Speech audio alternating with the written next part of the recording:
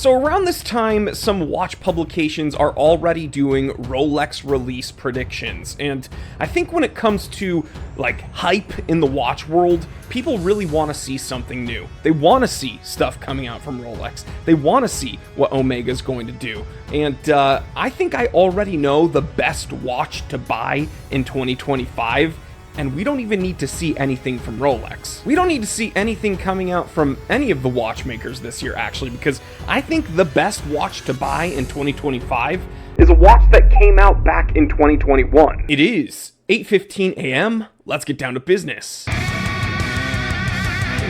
So first, let's take a look at what makes a watch the best for 2025. It obviously has to have legitimate specs. Ideally, it would hold some value, so like when you purchase it, you're not going to immediately lose a ton of money on it, and it has to be something that's actually available. So with all those things in mind, the one watch I would buy in 2025 is actually the 2021 Tudor Black Bay chronograph. First of all, the specs make it kind of a no-brainer. It's got a 41mm stainless steel case, and look, I mean, that's pretty much in the sweet spot. It does wear a little large if you have very slender wrists, but it's honestly not so bulky that it's going to feel like some huge Invicta Zeus bolt on your wrist. Now, I personally think one of the coolest parts about this watch is that it is a chronometer. It is a chronograph. It's based off the Breitling B01 column wheel chronograph movement, and Tudor actually upgraded that movement for this watch. It's got about a 70-hour power reserve. It's got a 200-meter water resistance rating, so it's got a threaded crown, and the pushers screw into the case. So all of that may sound well and good, but what's like the best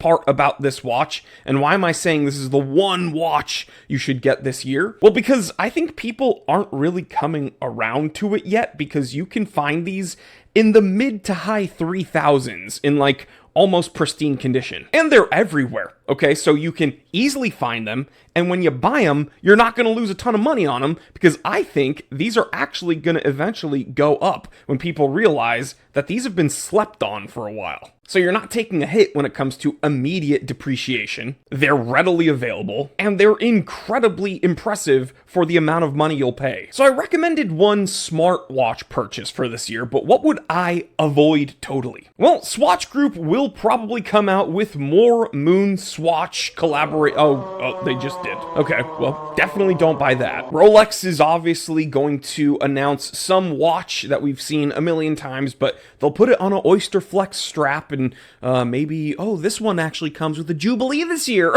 Avoid those. And ultimately, avoid any watch purchase that is made with the hopes of it being an investment. Because the truth is, you want something that you can buy and wear and enjoy. So listen, I think with all the hype around Rolex and obviously their Daytonas, and Omega with their Speedmasters, if you want a really, really impressive chronograph that ticks pretty much every box, why waste your money on watches that are hard to get and don't really offer you much for what you pay? Just get this really underappreciated Tudor and call it a day. So I gave you my pick for 2025. What do you think is the one watch you should buy this year?